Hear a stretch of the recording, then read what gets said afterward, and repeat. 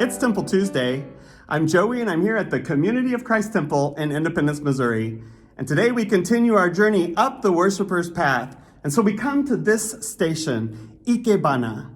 Now, this could actually be one of the overlooked or maybe even underestimated stations on this path. Ikebana is a Japanese art form or a way of arranging flowers. And typically in these arrangements, we find three different levels. This well-balanced ordering that evokes a sense of harmony between heaven, humanity, and earth. Now, for some, this distinctly Japanese art form seems a little out of place here in this temple that was built in the middle of the Midwest. But is this not the same desire to create a tangible, living expression of balance and harmony that we find at the heart of Community of Christ's pursuit of peace on and for the earth? Is this not what we call the cause of Zion, an experience of just, healthy, and right relationships with ourselves, with God, with each other, and with all of creation? And if so, then what does this place of harmony actually look like? Is it a place that's peaceful, welcoming, and maybe even affirming? Is it a place where people get together and work together in collaboration? Maybe it's a space of refuge or a place where we find safety. Does it have an element of freedom yet coupled with responsibility and care, what we call stewardship? Is it a space where giftedness and resources are cultivated and nurtured and not exploited? A safe space where people can feel truly at home.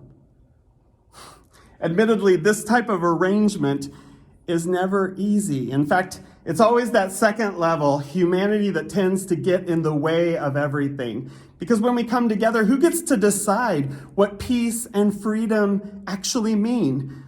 Who gets to decide what collaboration is going to look like? And what does it mean to create a safe space for everyone? But for some reason in Community of Christ, in spite of the challenges, the effort, and all of the difficulty to make it happen over and over again, we affirm that the cause of Zion is worth it. In spite of the greed and self-centeredness that we find in the world, the need for power and control that we have, and those fears that divide us over and over again, we believe that people are full of compassion, full of generosity and kindness. And at our essence, we need to belong, to be a part of a community. And so we put Zion to the test. We try to create communities of joy, hope, love, and peace, and different versions of it over and over again.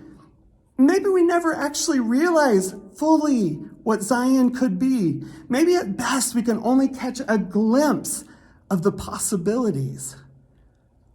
Because maybe it always needs to be reworked in every generation, reshaped, even in this generation, rearranged. It's thanks to the Ikebana Hoshikai, the volunteers trained to make these arrangements, that when the temples open, come weekly to give us a new vision, fresh vision of what the possibilities may be. This is the only station on this whole worshiper's path that changes, giving us new possibilities of our future and where we may be headed if we continue on this path.